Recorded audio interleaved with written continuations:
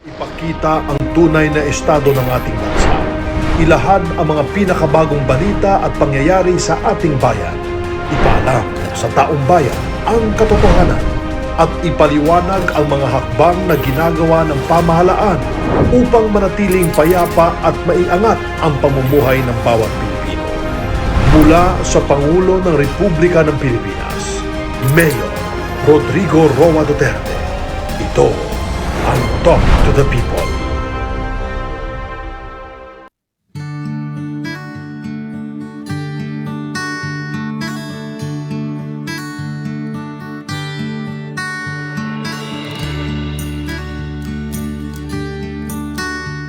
We are here tonight to answer accusations against the government's effort to fight the COVID-19 and the variant D, on how we are handling our COVID-19 responses despite the spread of the misinformation unnoised by the naysayers. At sinabi ko, maraming dokumento na, well, true but not relevant. Hindi naman sabihin mo na yung mga dokumento nila peke. Totoo yan. But we will also counter it with the documents that were made during our time. Mabuti ang you have something to compare.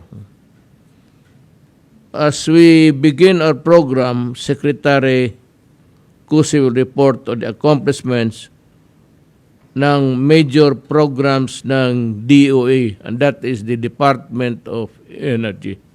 I call upon Secretary Alfonso Cusi now to report to the Filipino people what he has done so far. Mahal na Pangulo, mga kasamahan sa gobyerno, sa panahon ng inyong pamumuno, may tatlong mahalagang bagay ang nangyari sa industriya ng enerhiya. Una, sapat na supply ng kuryente. Pangalawa, karagdagang kapasidad ng kuryente para tugunan ang pangangailangan pang kinabukasan. At pangatlo, sa pangkalahatan, ang presyo ng ating kuryente ay nakikita na nating bumababa.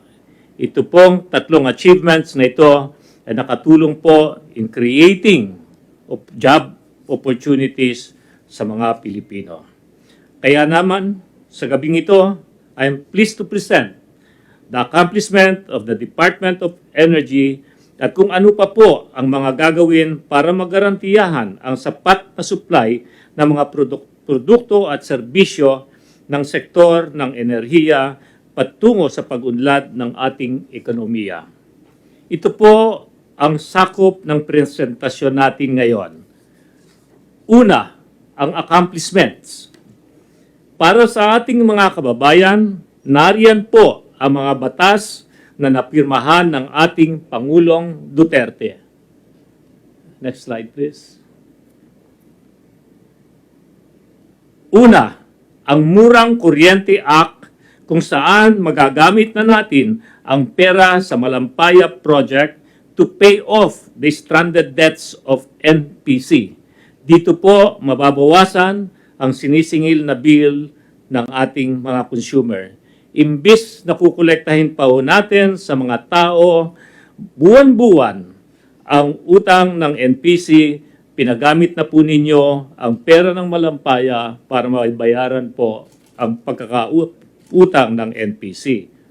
Pangalawa, ang pag-extend ng implementation ng lifeliners para matulungan ang ating mga naghihirap na kababayan. Ano po ba itong lifeliners? Ito po yung mga kapuspalad nating mga kababayan na binibigyan po natin ng libreng kuryente. Ito po ay na-extend ng 30 years from 2021 to 2051. Para naman sa mga gumagamit ng gasolina, diesel at kerosene, Dinagdagan natin ang mano-manong paraan ng pagkumpara ng presyo na nakapaskil sa gasolinahan sa paraan ng pagtuturo ng waste application at pakipagtulungan sa mga driver ng angkas. Ito ay para makapili kung saan po makakabili ng murang gasolina ang ating mga kababayan. Naitaas natin ang antas ng rural electrification. Sa kasalukuyang administrasyon ay umabot na sa 94.5% ang household electrification level mula 90.7 noong 2016. Sinusulong ng DOE kasama ang bagong team from NPC at NEA ang patuloy na electrification ng off-grid areas gaya ng Oriental Mindoro, Occidental Mindoro, pati na din ang Lubang Island. Ito po ay para ma-attain natin ang target na 100 electrification by 2022. Isa sa malaking batas na naipasa para sa consumers ay ang Energy Efficiency and Conservation Act. With your permission, Mahal na Pangulo, pakinggan po natin ang paliwanag ni Regine Tolentino at Paulo Bediones sa ating consumers. Dumarami na ang may abilidad. Para makatipid sa kuryente at gas. Imbes na incandescent, LED bulb ang ilaw. Binibiling appliances, mataas ang energy efficiency rating. Pag-auto, Yung matipid sa gas. Nagka-carpooling ang mga magkakakilala. renewable energy source, abilidad nating magkakuryente. We have the energy ability. For energy efficiency and security. Thank you. The DOE and the energy family has been ranked by the NDRRMC as among the rapid responders in its restoration of energy services when we experience calamities. Ito po ay dahil sa implementasyon, energy resiliency policy kung saan pinahahandaan po ng buong energy family tuwing may kalamidad na nararanasan ang ating bansa. Ang DOE po ay may Task Force Energy Resiliency or TFER na na-activate parating pa lang ang bagyo ay ready na po ang TFER. Tuwing may kalamidad, kasama dito ang buong energy family at stakeholders. Katulad po ngayon, tagbagyo na naman po, naganda na po na naman ang mga taga-TFER para rumuspende. Para naman po sa pangangailangan ng kuryente sa nakaraan at hinaharap. Next slide, please. Ang nadagdag na capacity ng kuryente mula 2016 ay 4,863 megawatts o tumaas po ng 23% mula 21,424 megawatts to 26,287 megawatts sa taong 2020. Kahit tumaas ang supply, bumaba naman ang paggamit ng kuryente ng 4% noong 2020 kung ikukumpara noong 2019. Ito po ay epekto ng COVID-19. Bagamat ganyan, patuloy pa rin po ang pag-construct natin ng power plants dahil sa inaasahang paglakas ng ating ekonomiya. We are expecting an additional capacity of 7,712 megawatts from 2021 to 2027. Noong 2020, nagpahayag ang kagawaran ng moratorium on coal projects tungo sa pagsulong ng renewable energy. Para din masiguro na meron pa tayong dagdag na supply kasama na ang reserba o ancillary services, nakatala din po ang mga power plants na dapat magkaroon ng financial closing para masimulan na ang pag-construct. Overall po, magdadagdag ng capacity by around 30 megawatts from 2021 to 2032. The May 31 to June 2 outages in Luzon were unfortunate. Nakaranas ang ibang areas ng mga 2 oras na brownout. This is the worst incident na naranasan natin in my tenure as DOE Secretary.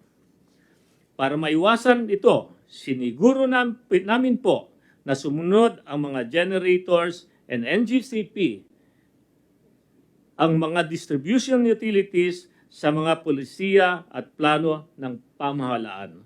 Ano po ang mahalagang polisiya na dapat pinatutupad natin?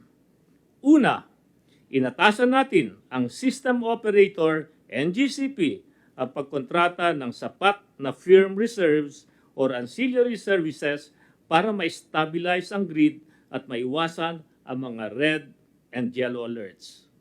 Pangalawa, inatasan natin ang mga industry players na sumunod sa grid operation and maintenance policy para di magsabay-sabay ang maintenance ng power plants at mansiguro natin na hindi magkukulang ang kuryente lalo na sa panahon ng tag-init. At sinisiguro ng DOE na ang transmission line ay available at reliable para dumaloy ng maayos ang kuryente.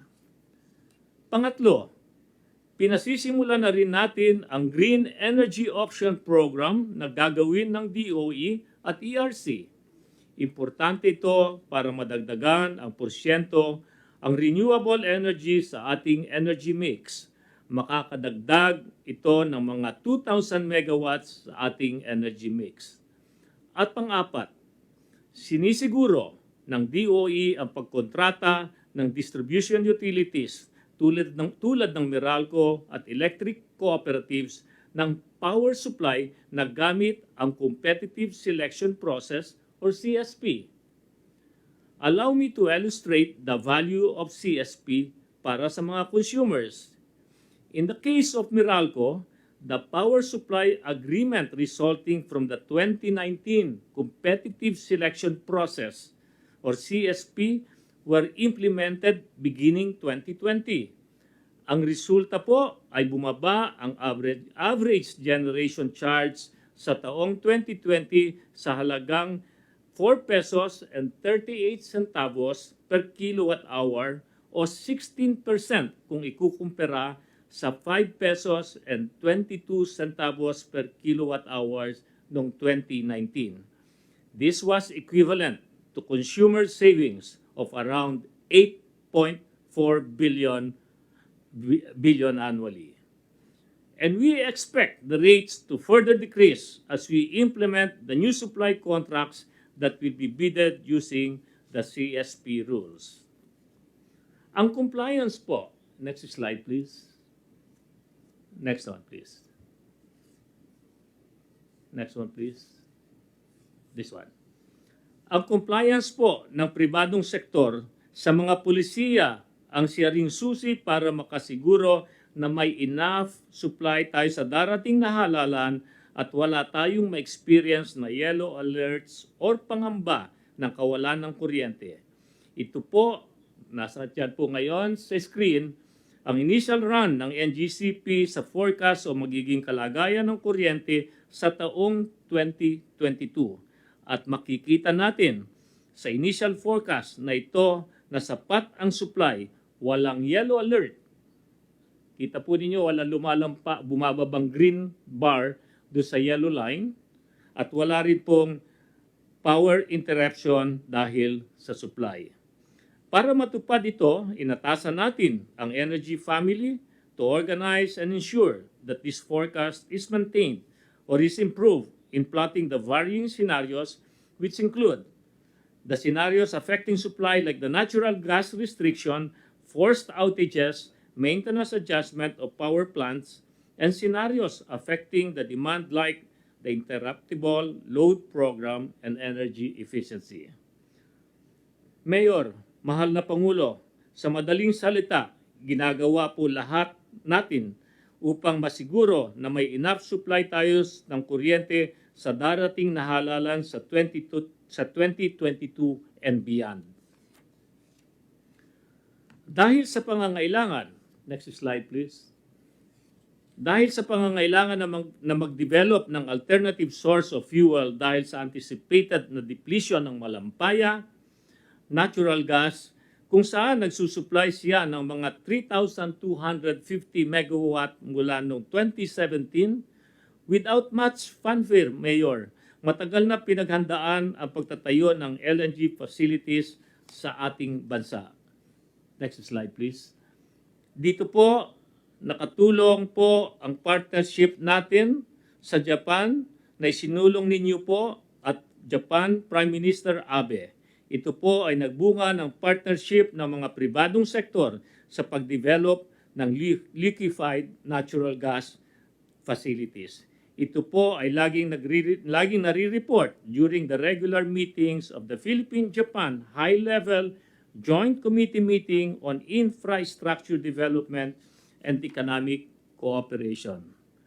At magandang balita po, Mayor, Mr. President, ang development ng LNG mula sa partnership po ng AGNP at Osaka Gas ay maaaring magsimula ng commercial operation by second quarter of 2022. At ang partnership naman po ng first gen ay maaaring, ang Tokyo Gas is due for commercial operation by the third quarter of 2022. Next slide, please.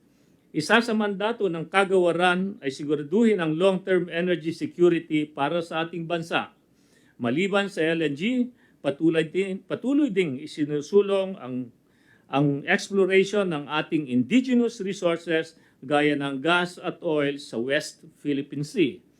At sa inyong pag-uutos, na-lift po ang moratorium sa 5 service contracts at nag-recommend na po ang ahensya ng award ng 4 pang service contracts for exploration at West Philippine Sea. Ang nuclear energy ay masusi ding pinag-aaralan ng DOE. Noong December 2020, nagsumite na ang ulat sa Pangulo ang Nuclear Energy Program Interagency Committee para sa realization of the Philippine Nuclear Energy Program. Inaasahan po nating maging bahagi ng energy mix ang nuclear energy for energy security. Maliban dito, tinitingnan din ang potential ng hydrogen, which is considered as the fuel of the future. Meron po tayong ongoing studies with Australia and Japan. Bilang tugon sa COVID-19, narito naman po ang mga ginawa ng inyong sektor para makatulong sa pagresponde ng ating gobyerno. Next slide, please. Ang buong energy family po ay nag-contribute ng halos 13 billion pesos mula sa remittances, reallocation of budget, at discontinuance ng programs, activities, and projects. Ang DOE po naman ay ino-offer back sa DBM ang 212 million ng aming 2020 budget. Inilunsad din po ng Departamento ang Bayanihan 24/7 Energy Services Hotline upang tugunan ang mga hinaing, reklamo at pangangailangan ng ating mga consumer. Naglabas din po kami ng mga pulisiya at advisory upang magarantiya na tuloy-tuloy ang supply ng enerhiya sa ating bansa. Kaya mapapansin po ninyo, hindi po tayo nagkaroon ng mga problem of supply sa atin pong even the remotest areas in the country. Para po magkaroon ng dagdag pondo ang mga lokal na pamahalaan laban sa COVID-19, nilabas po ng DOE ang Circular 2020-04008 upang magamit ng ating mga LGU ang ER-194 funds para sa kanilang COVID-19 related responses. Next slide, please. Para po sa kaalaman ng ating kababayan, ipaliwanag ko lang po ano ang ER-1-94.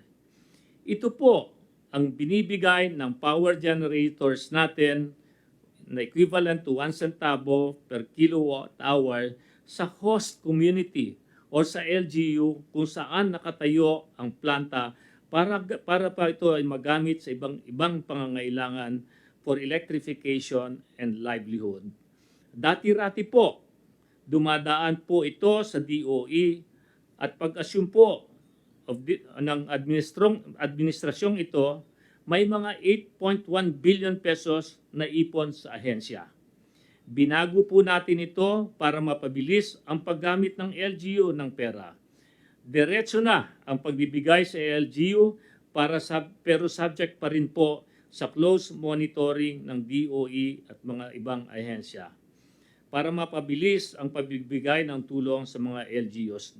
Dati-rati po sa DOE muna, tapos i-release po sa LGU. Napakahaba po ng bureaucracy, kaya nagkaroon po ng stranded fund na mga 8.1 billion. Nabago po na yung policy na yan, diretso na po sa LGU.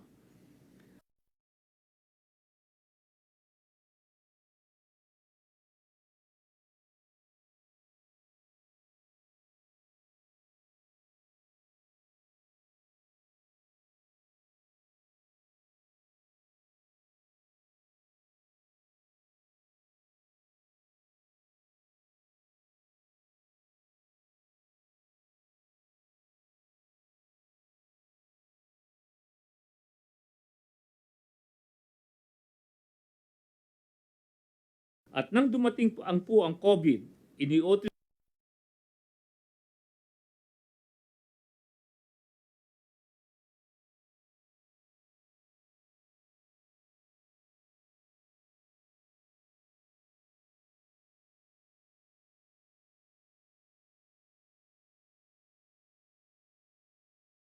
po natin na pwede rin nila itong gamitin para sa COVID requirements ng LGUs. Nasa 3.5 billion pesos na po ang nai-transfer sa mga LGU pamula nang nilabas ang DC noong April 2020. Sa kabuuan po, nasa 4.6 billion na ang nailipat sa mga host LGU upang magamit nila laban sa COVID-19. The repurposed ER-194 funds were used by LGUs to purchase relief goods and medical supplies, of testing kits, and the establishment of COVID-19 testing labs. For example po, Batangas province alone received 530 million from ER-1-94. At mga halimbawa po, mahal na Pangulo, next slide please. Ito po ang ilang halimbawa po na pinagagamitan ng funds na ito. Katulad po sa Nabotas, nagtayo po ng Barangay NBBN, recently inaugurated its new isolation center para sa COVID-19 patients. Dito po naman po sa Santa Cruz, Davao del Sur, host community of Terma South Power Plant built its first isolation unit using these funds. At marami pa pong mga projects na katulad na ito na galing po sa ER-194. Siniguro din po ng DOE na patuloy ang operation ng power sector to provide much needed economic support during lockdowns. Narito po, next slide please, narito po ang mga halimbawa ng karagdagang ginawa ng DOE para naman mapanatili ang supply ng kuryente sa ating mga kababayan during the hard lockdown. Katulad po ng no disconnection policy, extended credit given to the consumers, and the business continuity program required from all installation to make sure that delivery of services is not interrupted in case of COVID infection in the installation. Next slide please. Hayaan niyo po akong ma-report ang budget ng DOE. Mr. President, ang DOE po ang isa sa may pinakamaliit na budget sa ating gobyerno, and the bulk of our budget goes to regular personal services and regular programs. DOE is basically a policy-making agency and we have no infrastructure projects. Ito po, ang next slide please. Ito po, sorry, can you return that to that previous slide. Yan po ang budget utilization ng Department of Energy during noong 2020 to 2022. Makikita niyo po, in 2020, 92% of our budget was used for regular programs such as sa mga sweldo ng empleyado, operating expenses, capital expenditures, pati na ang COVID expenses ng kagawaran. At kagaya po ng nasabi ko earlier, nagbalik po kami ng 212 million pesos sa national government for its COVID response project. Sa 2021 and 2022, 68% and 62% are allocated for regular programs while the balance is for projects to promote identified projects of DOE like nuclear energy efficiency, electrification of unviable areas, renewal energy studies, and the like. As mentioned earlier, wala po kaming infrastructure projects. Dito po nagtatapos ang aming presentasyon. At bilang pangwakas, maraming salamat po, Mr. President, sa suporta na binigay ninyo po sa akin at sa DOE para may sakatuparan ang mga mahalagang bagay para sa energy industry, kagaya nga po ng nasabi ko, una, sapat na supply ng kuryente ngayon. Pangalawa, karagdagang kapasidad ng kuryente para tugunan ang pangangailangan ng ating ekonomiya ang pangkinabukasan. At pangatlo, sa pangkalahatan, Mr. President, ang presyo ng ating kuryente ay nakikita na nating bumababa. Naway na ilatag at naibahagi ko po ng malinaw ang mga ginagawa ng kontribusyon ng DOE sa ating bansa. Maraming salamat po.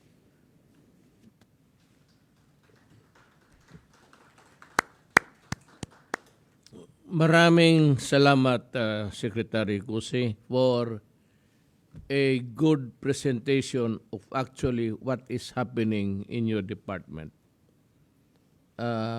Ang gusto ko po, yung report na hindi dinagdagdagan, wala namang kulang. Just report what is really on the ground and what is happening. And I commend you for doing it. Sa presentation ngayong gabi. Now, the Philippines has breached the 12 million mark in COVID cases. 2 million. 2 million mark. Kaya, medyo yung ganun karami po ang tinamaan ng COVID.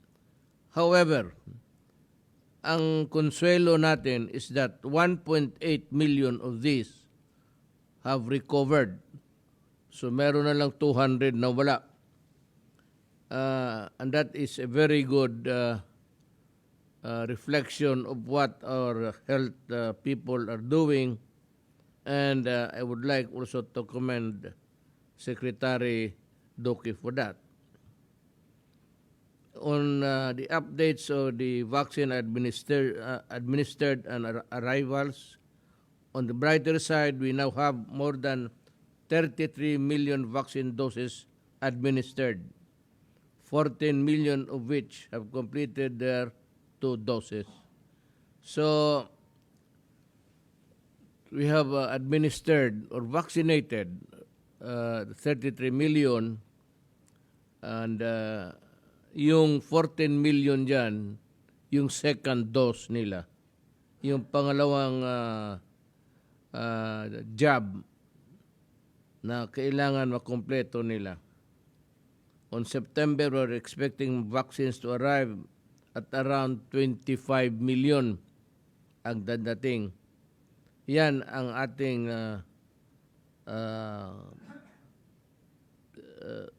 binibili sa labas, at yan ang trabaho ni Secretary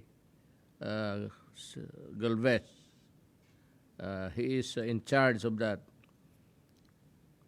Alam mo, ang vaccination is really what we can offer you to fight COVID. Walang iba. There's no other defense against the microbe.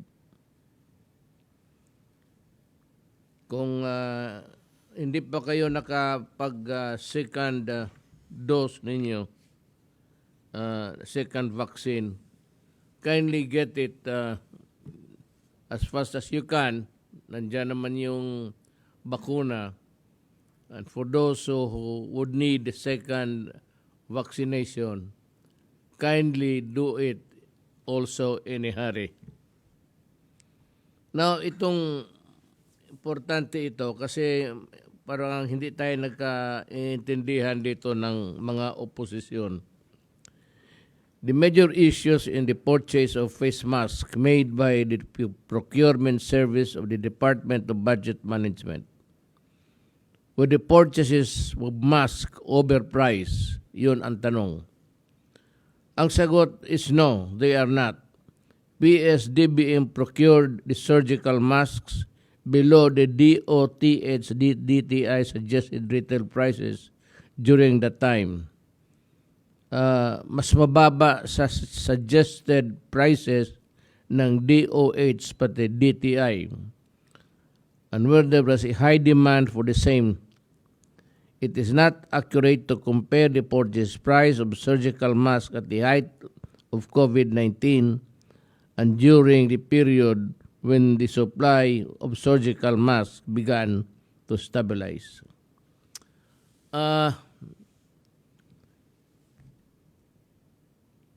If you compare the prices of the masks and the PPEs, personal protection equipment, ikumparar mo yan ngayon, noon, tapos sabihin mo isang presyo lang gusto mo, at the height of the pandemic when it began, we had nothing. Wala tayo. Kaya we had to look for the gadgets, the PPEs and the mask wherever we can. And there was no supply kasi bigla ang putok ng pandemic. That is why every country then was also in a hurry, in quandary as a matter of fact, where to get the PPEs and the face masks. So ang presyo na yon mataas. Kasi kung kukunti lang kasi ang supply because manufacturers were just producing it at the time, mahal talaga. Kasi walang supply. So, agawan. So, balik tayo doon sa economic principle of, law of supply and demand. Pag maraming supply, mura. Pag walang supply, mahal kasi agawan. That is the same principle that applies in all commercial transactions, especially in the purchase of the surgical masks and the PPEs. Kung pag-usapan natin ang purchase price ng surgical mask during the height of the COVID-19 pandemic and during the period when the supply of surgical masks began to stabilize, ang atin is about 1.7 something. Alam mo, sa totoo lang, yung bili natin sa lahat would amount to something like, I'd like to ask Secretary si Vince. Vince, paki-explain nga, kayo ang may alam nito. Kindly expound on this presyo, yung fluctuating, pati yung presyo at the beginning of the period of pandemic and the fluctuating prices, at ano yung bili noon ng previous administration. Opo. Una po, Mr. President, no? nung pong time na yun, kami po ni Secretary Galvez, we were going around the hospitals because this was in the early part of the pandemic, February and March. And during this time, talaga pong walang PPEs ang ating mga ospital. At marami po sa ating mga doktor, ating mga nurse, nagkakasakit. In fact, Sec Galvez can confirm this. I think in Metro Manila alone, there were, I think, about 37, close to 40 doctors who were actually in the ICU during this time. They were infected because obviously there were not enough PPEs at that time.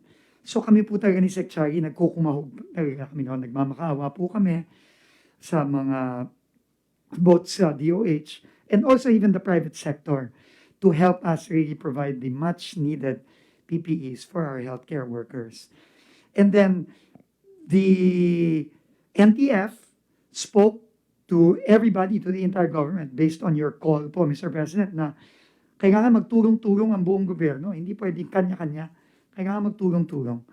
And even OCD at that time, the Office of Civil Defense helped, and DBMPS also helped because they have the expertise in procurement. And at that time, the DOH really could not handle it anymore. Yun po ang totoo. Lahat po ng ginagawa ng DOH noon was really meant to control the pandemic on the ground. And so that was the reason why the other agencies of government like OCD and DBMPS got involved. And I think what was done was really to scan the market, Mr. President. And I think that was very diligent on the part of the procuring entities to look at the prevailing market prices. As you correctly pointed out, Mr. President, market prices are based on supply and demand. If there is more supply, it is cheaper. If there is more demand, it is obviously more expensive. And at that time, there was really tremendous demand, not only domestically. Our hospitals were all looking for PPAs, but obviously we also had to compete with the demand from other countries. No, but both the DTI, if I'm not mistaken, and Secretary Mon Lopez can confirm this, did a market scan, as well as the DBM did a market scan of the prices. And as pointed out by spokesperson Harry, today, those prices were actually higher than the prices that were eventually procured by the Department of Budget and Management. Siguro po, Secretary Galvez po can also talk about the situation of the hospitals na pati po yung mga hospital noon, dahil nga hirap na hirap sila maghanap, mataas din po ang presyo ng kanilang binibili at that time. You know, we would like to just inform again. I will repeat this to the public because it is very important. The Aquino government bought PPE is at 3,500 pesos. Way more expensive than the ones we bought at 1,019 tayo. That is our what we have ang ano ng fluctuations was in 2015 ang fluctuations was to 3,800 in 2016. Ngayon makita natin mas mataas ito yung nasa ano pala.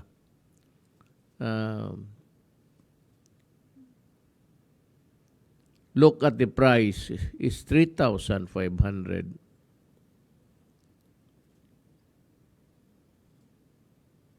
Yung atin is 1,900.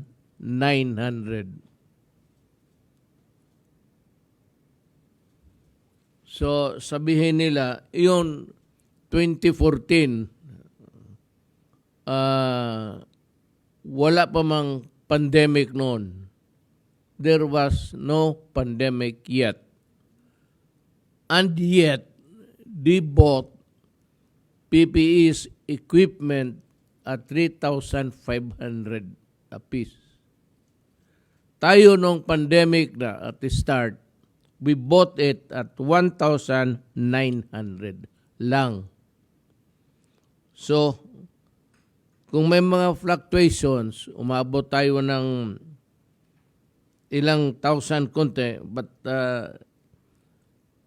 ang kanila from 3,500 in 2015 to 3,800 in 2016.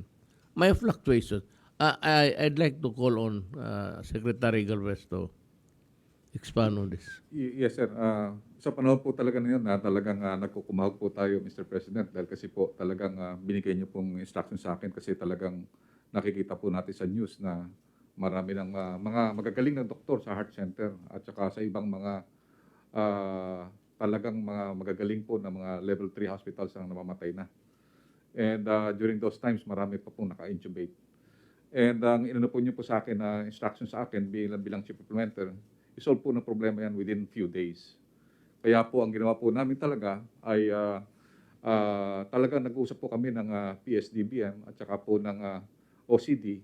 Yung OCD po, concentrated po sila sa local manufacturing at yung ano po, yung PSDBM, siya po ang in charge sa big volume na ano po natin. Kung ano po yung fluctuation ay nagkakaroon po talaga ng fluctuation kasi yung cost of transportation sinasama po diyan. At doon din po namin nakita talaga po ano na lahat po ng sources, even yung mga nagdo-donate po ng mga ating mga private sector, sa China rin po kumukuha, Mr. President. Marami po nga kaming alam na mga ibang mga politicians na talagang mga hiniram pa yung C-130 natin, nakunin yung ano yung order nila doon sa China. So, ang nagkakaroon po ng fluctuation dahil nung unang panahon, sir, tayo ang kumukuha. Pero nung sila na po ang nagde-deliver, yung cost po ng ano ng delivery, siyempre po mataas po 'yan. Parang yung vaccine din po, pagka po ang tayong kukuha doon sa manufacturer, medyo mababa po 'yung ano, pero pagka once na sila na po ang magbibigay, mayroon pong cost na mga more or less mga $1 po 'yan. Mga $1 na mahigit or even ano po. Kasi ang ginagawa po ng ano ng ating nag-supply yung ano po yung ating mga PPE po, Mr. President, inano po natin yon ibinibigay po natin yon sa CIF dito po sa Manila, sa Port of Manila, sa Cebu, sa Cagayan de Oro at saka po dito sa Davao. So doon po medyo tumaas po yung presyo because yung barko na kanilang arkilahin ibabayaran po ng supplier. Ang maganda po din po doon ang ating Mr. President is that yung ating mga produkto na hinihingi, hindi po natin binabayaran yan hanggang hindi po na-inspect. So ibig sabihin po talaga yung supplier po natin, siya ang gagastos ng lahat. Wala po tayong gastos. Babayaran lang po natin pagka po na-deliver na po dito. Walang bayad until na-deliver, inspected and delivered. O yun ang atin. That is what we followed in these protocols of purchases made by government.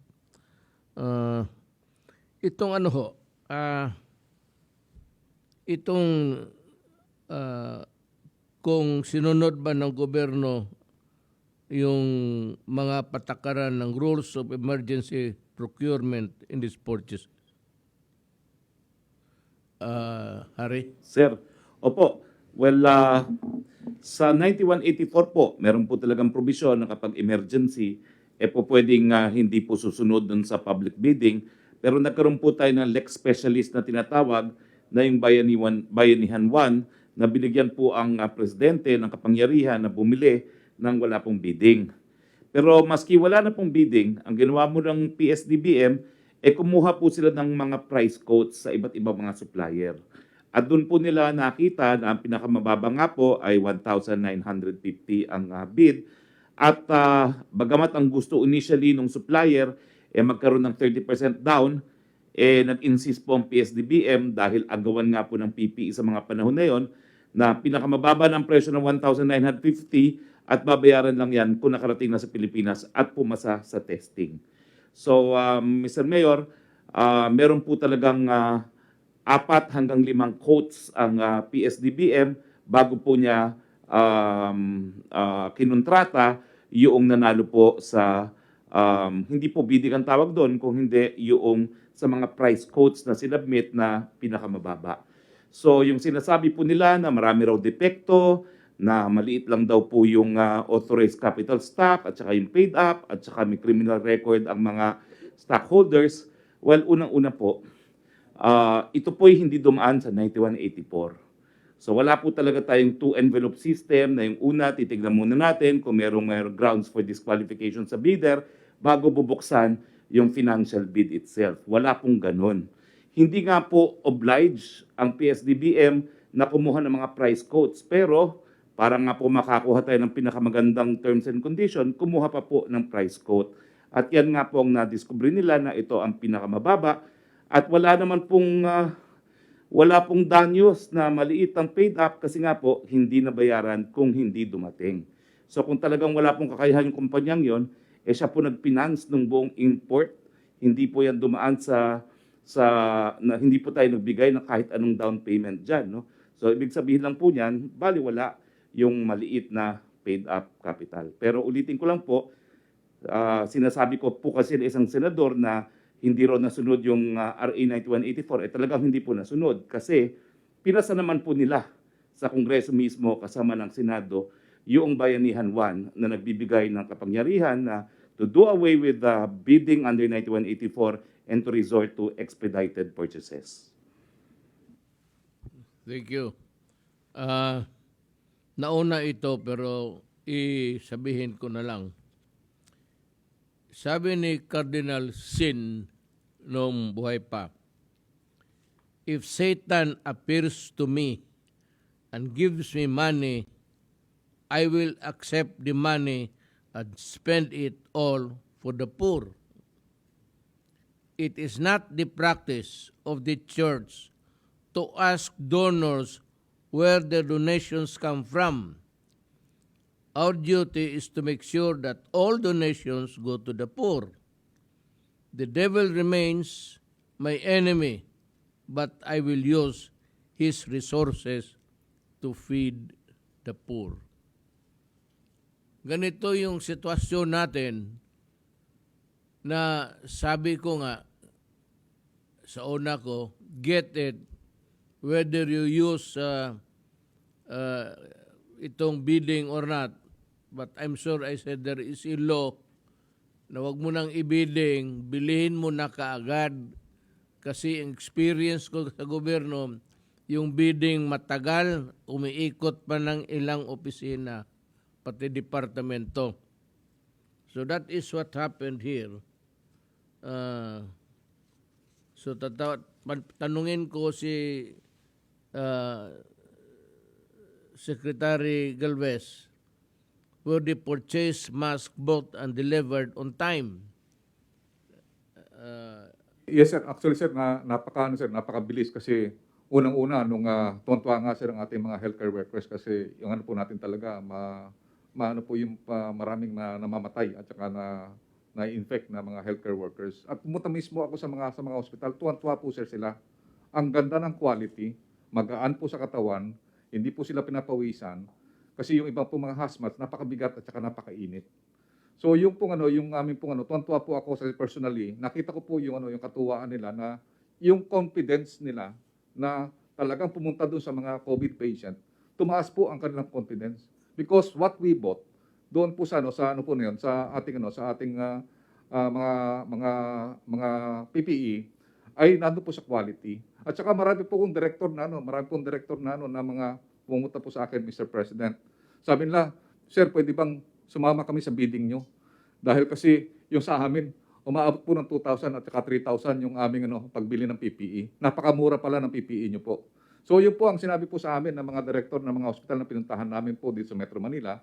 At ako po yung natuwa, Mr. President, dahil naibigay po natin kaagad at nasalba po natin ang buhay ng ating mga healthcare workers. Especially po yung mga specialist natin na karamihan po na mga namatay Yun po ang nakita po natin na talagang nung panahon na nabigay po natin kaagad po yun, o yung PPE, ay nasalbo po natin karamihan po yung mga ating mga espesyalista po na magagaling na mga surgeon.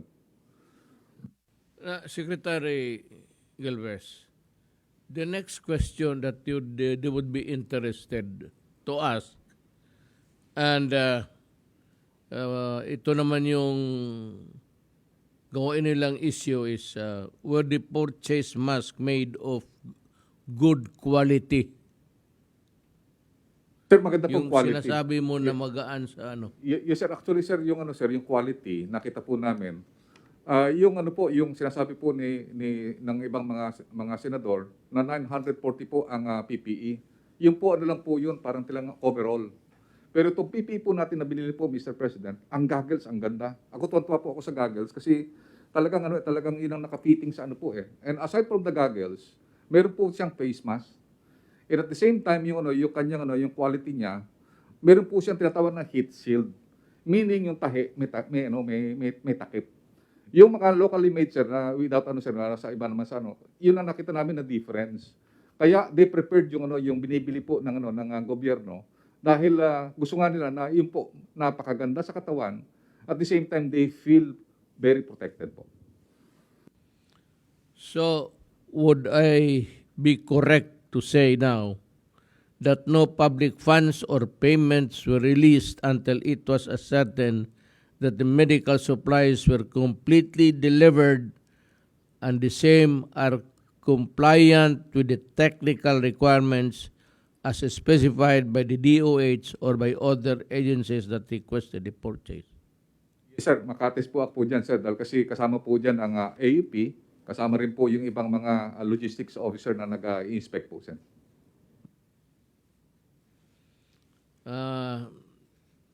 Dito tayo sa kay Gordon. Marami siyang tanong at sasagutin natin. But I would like to say something. Gordon, are you really investigation in aid of legislation or in aid of your personal political interest? I heard that you want to run for vice president next year, and you are trying to impress the opposition that they would consider you. Totoo ba ito, Secretary Gordon? Alam mo, tatakbo rin ako. Kung mag-usap lang tayo, pwede namang ikaw ang maging vice president kung karapat-dapat ka. So, I would know if you talk to me about your political plans, lalo ng vice presidency. Ako naman nag-announce na. Kung interesado ka, makipag-usap ka. At tingnan natin kung karapat-dapat ka ba. But ganito kasi ang problema ko kay Gordon eh. But having a senator at the helm, especially like you, even if the Supreme Court ruled that it is not against the Constitution if you hold the position of Red Cross, I think is unethical. And we have revealed why. Alam mo kasi, if the Red Cross is also a government agency, tapos member ka ng Congress, tumatakbo ka rin at nanalo ka, and you're holding the Red Cross, you are the top honso there, and being a senator, and at the same time, medyo malabo ata yung ginagawa mo. So, pag nagkamali ako,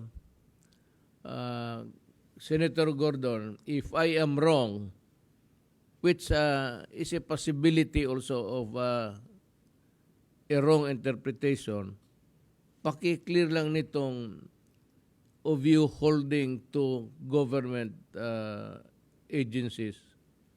One being a senator and the other being uh, I don't know what is your position and ikaw yung chairman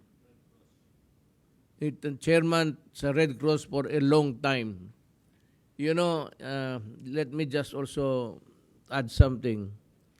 As far as I can remember, even before I entered politics, Gordon, hinawakan mo na yung Red Cross and you control the agency like the way you control everything. You are so bossy, and I think that the true work of the Red Cross is not reflected in your actuations. Ito pang isa, Red Cross is to be a non-profit organization. But amid the onset of pandemic, Red Cross, under you, charged testing at astronomical rate for around 4,000 pesos, 4,700 pesos a piece without any discount for senior citizens or persons with disabilities. Is this not a clear violation of the expanded Senior Citizens Act? Pakisagot lang nito. Kasi it is a violation of law to deprive the senior citizens and persons with disabilities of lower prices in consideration of their present situation.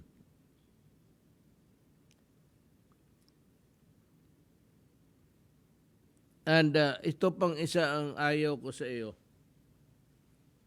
At the time when we were busy testing everybody at humingi kami ng tulong sa inyo, Red Cross. Red Cross is supposed to be a humanitarian organization. But when government was struggling to source funds, you threatened to stop testing.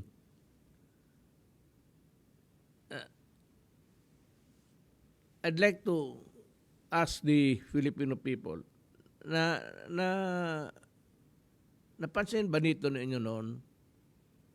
Nagalit siya at sabi niya kung hindi magbayad ang gobyerno, he threatened that he will stop the testing. Alam mo, I really do not know, but I cannot see the rationale of your statement na you threaten government with something which ought to be done by you, irrespective of whether or not may pera ba o wala. Because in this kind of situations or transactions with government, foremost is really the fact that everybody wants to help. And now you are even having plans of selling vaccines and said charging 3,500 pesos per shot is just fair. Moderna vaccines cost $51 or roughly about 2,500 pesos. What is the extra 1,000 for? And for whom? Yung Moderna na gagamitin mo is 2,500 pesos. Pero sabi mo, you will be charging 3,500. So there is an extra of 1,000. Anong gamitin mo nito in the light of the pandemic in situation in the Philippines? Is this a fair move of yours during the time of when the Philippines is suffering from, just like other nations, the effects of pandemic? Is the Red Cross saving money so that it would eventually pass a resolution to set aside a big amount to fund your elections plans, just like the funds you used in the 2010 and 2010 campaign? Alam mo, ginagamit mo itong Red Cross. And I dare say na ginamit mo talaga ito para sa elections. Ito yung milking cow mo sa totoo lang. You have been there for quite a time. Is it not fair to say now that bumitaw ka na and give others a chance at para mahinto na yung ginagawa mong kalokohan? Remember the plunder complaint filed against you by fellow senator in 2017? You allegedly allocated 193 million pesos for bark barrel to Red Cross and used the same for your campaign. Ni ikaw mismo karami mong ginawa na sindikato, things that you should not do as a public official. Yung 193 million pesos na pork barrel na ginamit mo, hindi mo nga masabi sa amin kung saan nalagay yun, totoo ba o hindi. How about the disallowances and charges in the SBMC's books of accounts when you were sitting as chairman? Is this amount of 140 million pesos, is this the reason why you lobbied for certain individuals to be appointed to the SBMA so that you can protect your own interest? And when you said, hindi ako pumirma doon dahil kako dapat ayusin yan, so wala akong problema dyan. When you're referring to the MOA between the PhilHealth and the Philippine Red Cross, then somebody from the Senate should cite you for contempt. You have a copy of the MOMA and it is there clearly. It bears your signature. You were lying to the truth before the public. Pakisagot lang nito. Sabi mo hindi ka pumirma. Ngayon pala it was signed by you. You know, it is good to be posturing as a clean and go around painting other people black. Alam mo, madali yan Gusto mong magmuka kang puti, pinturahan mo lahat yung tao, katabi mo itim, ang talagang ikaw yung maputi sa lahat. Yan ang totoo dyan. Pakisagot lang nito because kailangan ito ng Pilipinas malaman. Nag-iimbestiga ka na wala namang batayan at yung kagaya nitong I'd like to address myself to everybody, to the senators especially. Yung unang sabi ko na complaint that unspent yung money ng DOH na binigay sa kanila. The DOH is planning so many things to fight the COVID. At bakit mo naman pakialaman na ito may pera dito, bakit hindi pa ito nagastos? Why are you trying to run the Department of Health with your investigation? Kayo na ang gustong magpatakbo kasi nagtatanong na kayo kung bakit ito hindi pa nagastos. You know, it is the prerogative of the DOH to plan how to spend the money in pursuance to their public programs. Yan ang gusto ng malaman ko rin at pati yung mga tao. Why? Why do you want to run government or departments na gusto ninyo if there is an unspent na hindi pa nagastos na pera? May mga programa ang DOH. Ngayon, tatanong kayo yung pera. Well, you know, eventually this money will be spent, gastusin ito para sa mga programa ng Department of Health.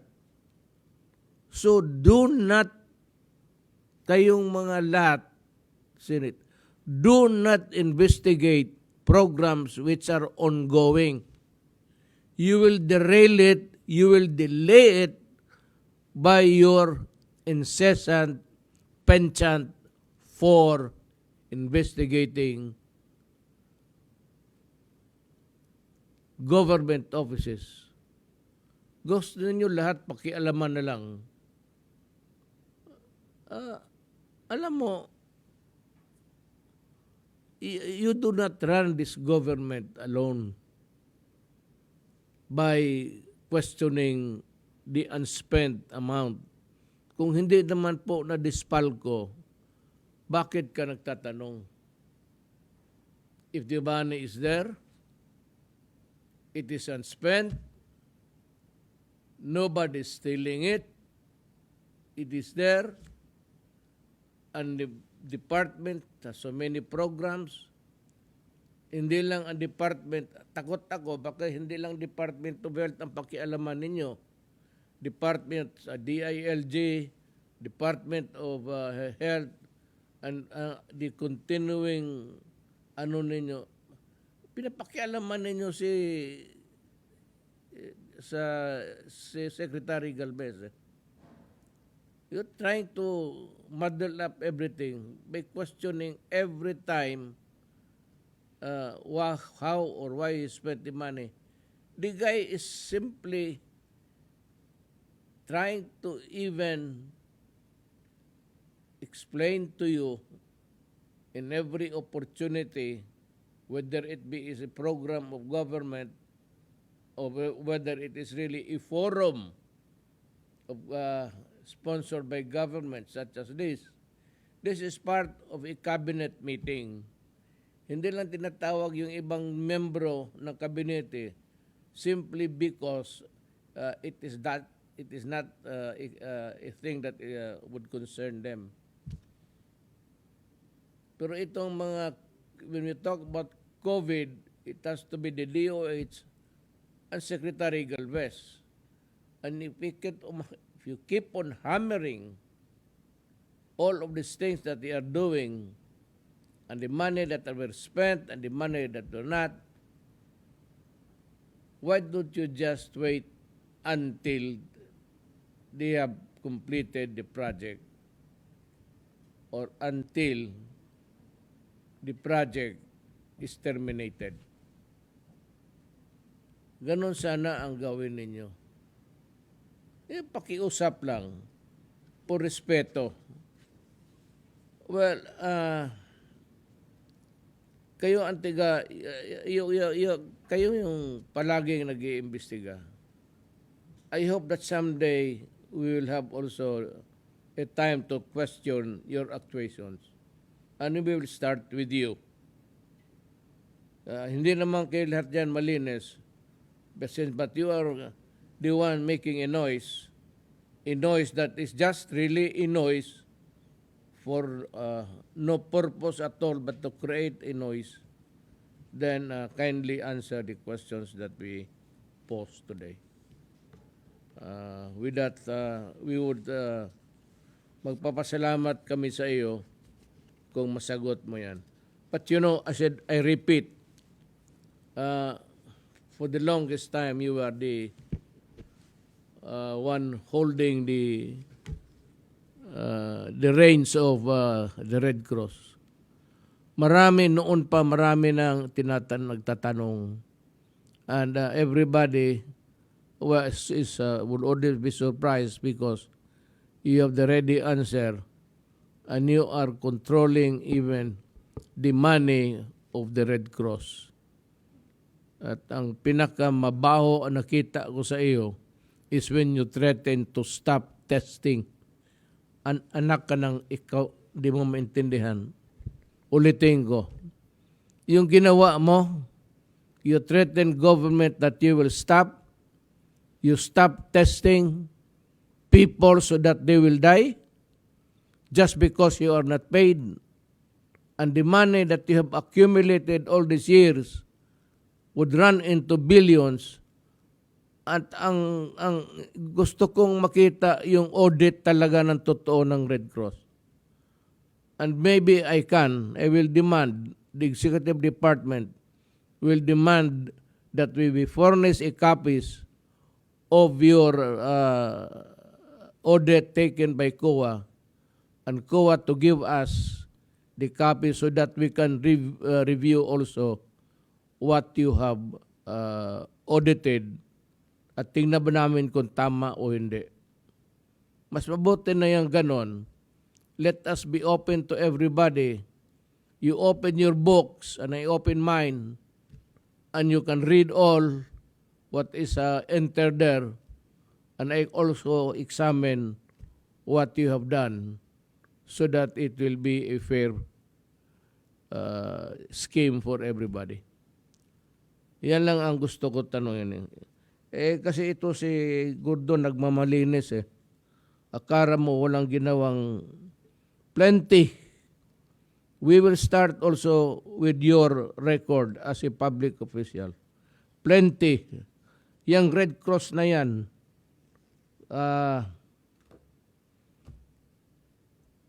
I think that you would not be even be able to explain. Sa totoo lang. If there is an honest to goodness examination of the book of records and the audit of the past years, and we will review if it reflected really the real actuations of you and the others there in the Red Cross, I'm sure that we will find something.